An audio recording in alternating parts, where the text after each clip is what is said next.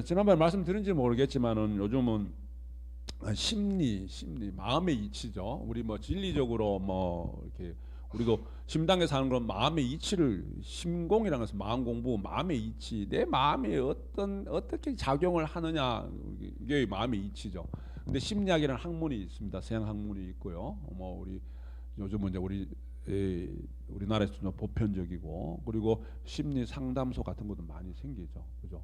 그래서 심리학에도 종류가 있습니다. 예를 들어서 뭐 우리 지금 종교 심리학을 제가 학교에서 강의하고 있지만 종교 심리학, 뭐 종교에도 기독교 심리, 불교 심리 또 따로 있을 수 있고요. 그리고 상담 심리라는 것도 아마 많이 들어보셨을 거예요. 그리고 또 여성 심리학, 아동 심리학, 아내 심리학이라는 아내 심리학 그것이 있대.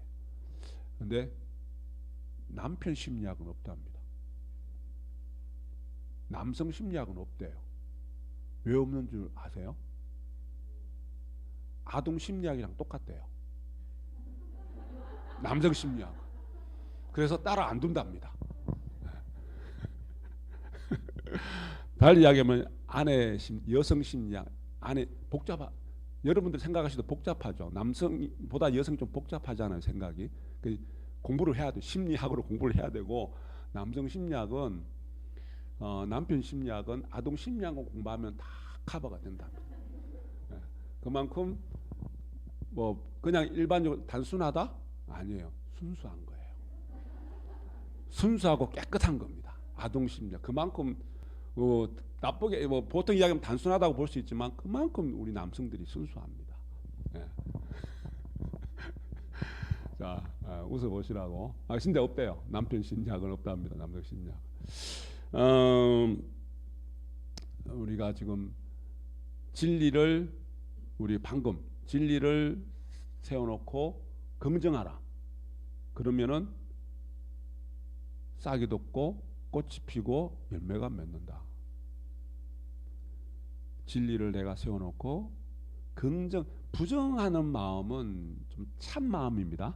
날카로운 마음이고 긍정하는 마음은 따뜻한 마음이고 우리 어머니의 엄마의 엄마의 태가 가장 이 세상에서 따뜻한 곳이고 자비로운 곳이다.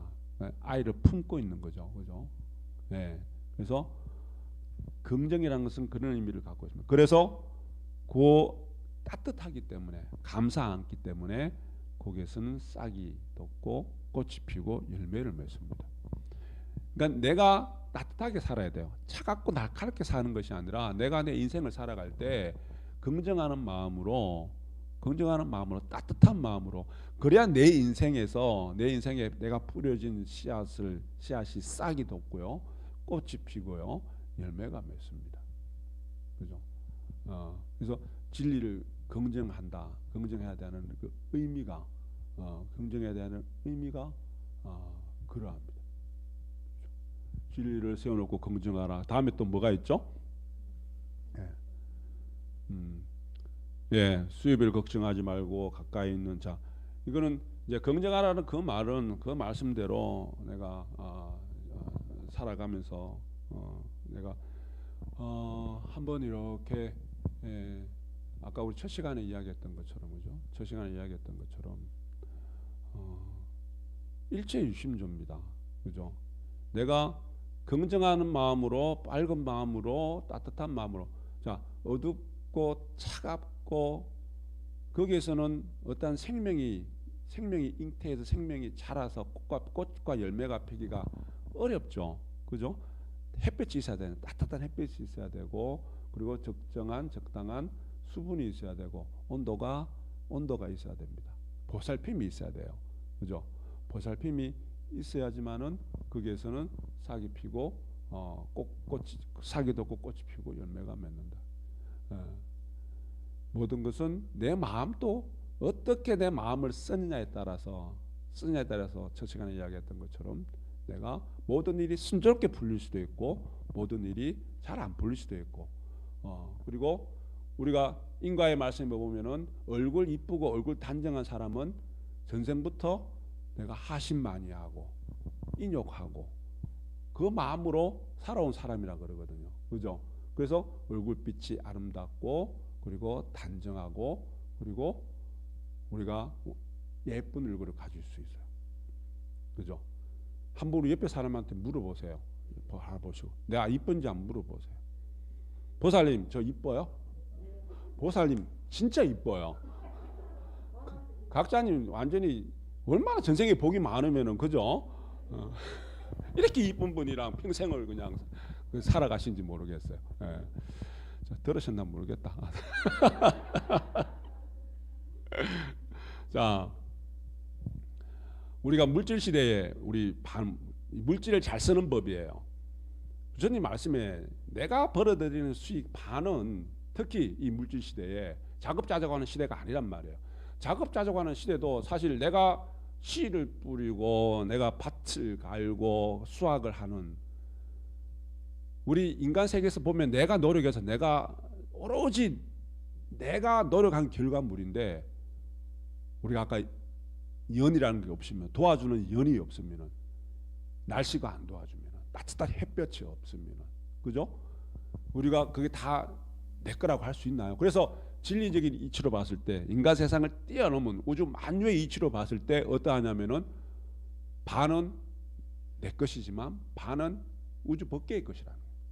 그래서 반은 내가 되돌려 줄 줄 알고 반은 내가 남을 위해서 배려하고 베풀어 줄 줄 알고 희사할 줄 아는 것이 바로 자연의 이치고 우주 밖의 이치고 진리의 이치입니다. 진리의 이치입니다. 자, 우리 시민진리 실천. 유교 경제는 그런 말씀이 있습니다. 천명지 위성. 그러니까 하늘의 명을 따르는 것이 하늘의 명이 바로 달리 이야기해서 성품성자입니다. 성이라 이야기하고 졸성지 위도 그 도를 따르는 것 하늘의 명을 성이라 하고 그 성을 하늘의 명을 따르는 것을 도라고 해요. 위도. 그리고 수도지 도를 닦는 것을 교라고 한다. 그렇게 이야기하는데 그걸 우리식으로 풀어서 보면은요. 하늘의 명이라는 것이 타고난 성품입니다. 타고난 나의 성품이에요. 원래 불성, 본성 그게 바로 시민입니다.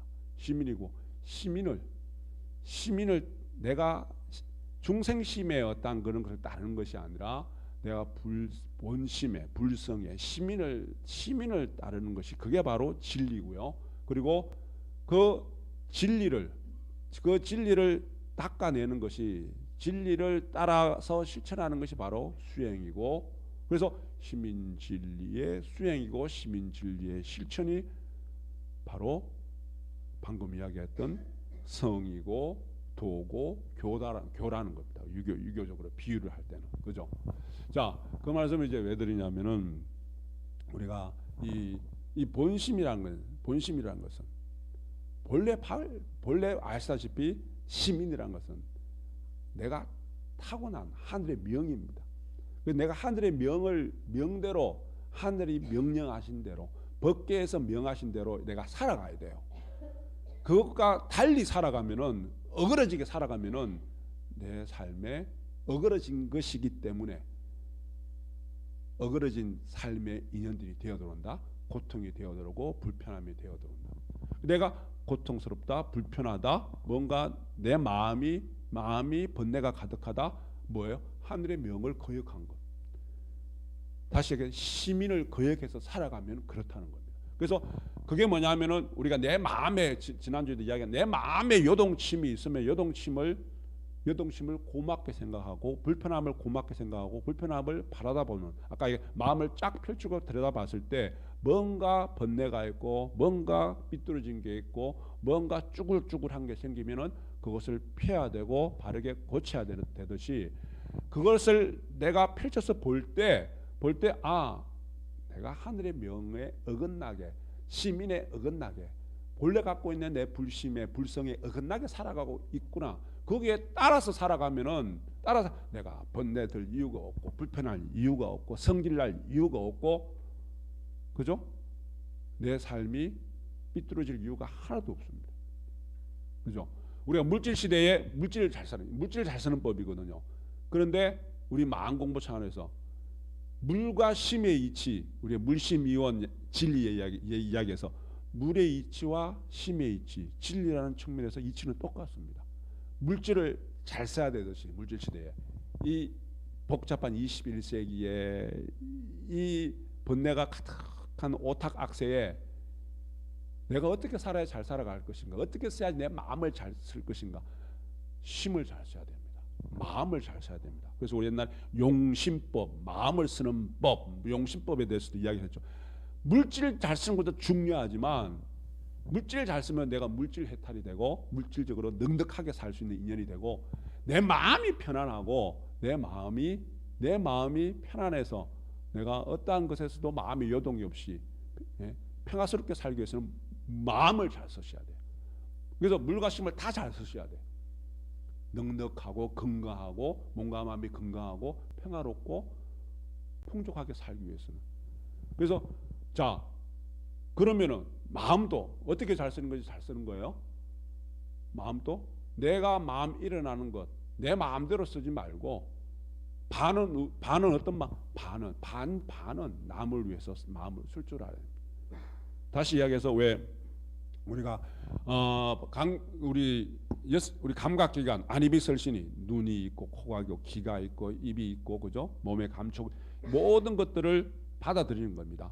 모든 것들을 바깥 세상의 모습을 내 눈으로 받아들이고 바깥 세상의 소리를 내 귀로 받아들이고 냄새를 코로 받아들이고 모든 것을 내가 받아들이는 거. 그것을 그래서 부처님 경전에서 육입이라 해요. 6가지 들어오는 문이에요. 출입문입니다. 출입문. 출도 될 수 있겠죠. 하여튼 6가지 입 들어오는 것을 강조하면서 6가지 들어오는 문이 있습니다.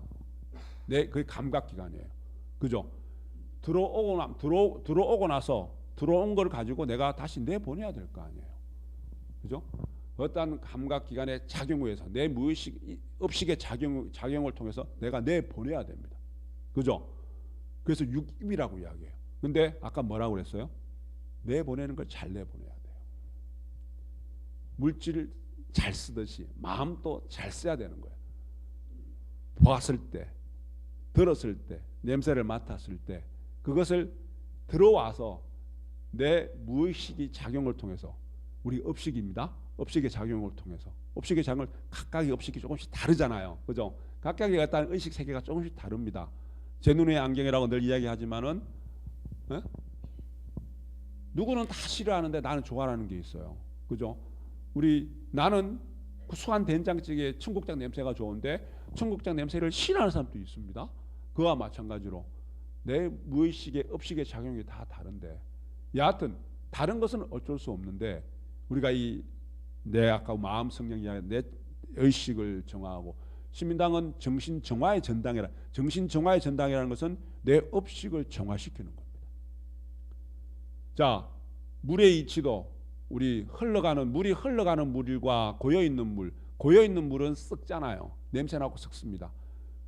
흘러보내야지 흘러가는 물은 늘 맑고 깨끗한 물을 유지할 수 있습니다. 흘려보내야 되는 이치가 그러하듯이 마음도 내가 어떤 감각기관을 통해서 내 마음에 작용이 일어나는 일들이 되어 들어왔을 때 마음에 붙들고 있는 것이 아니라 내 마음을 잘 써서 잘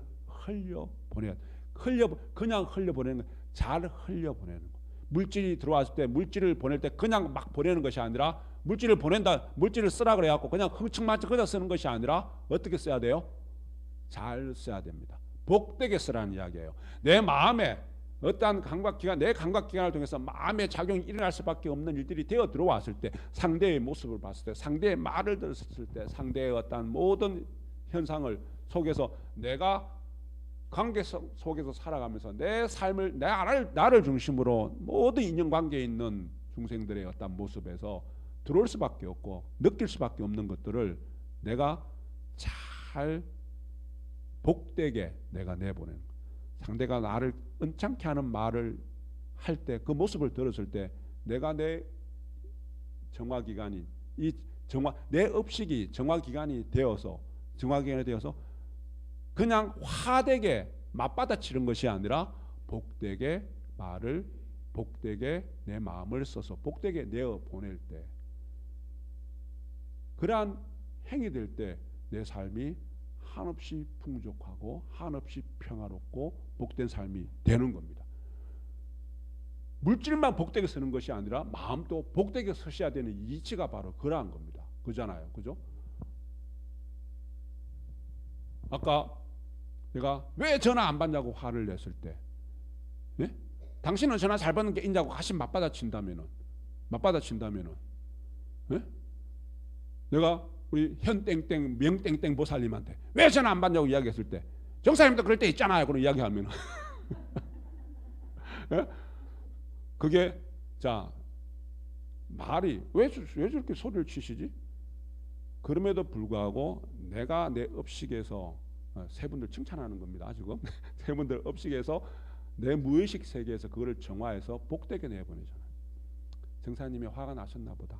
아, 그럴만도 하네. 그게 복되게 내보내는 거예요. 그죠? 그 전에 나도 아이고 뭐 그럴 수도 있겠지. 세 사람 어디 누가 데리고 갔겠나?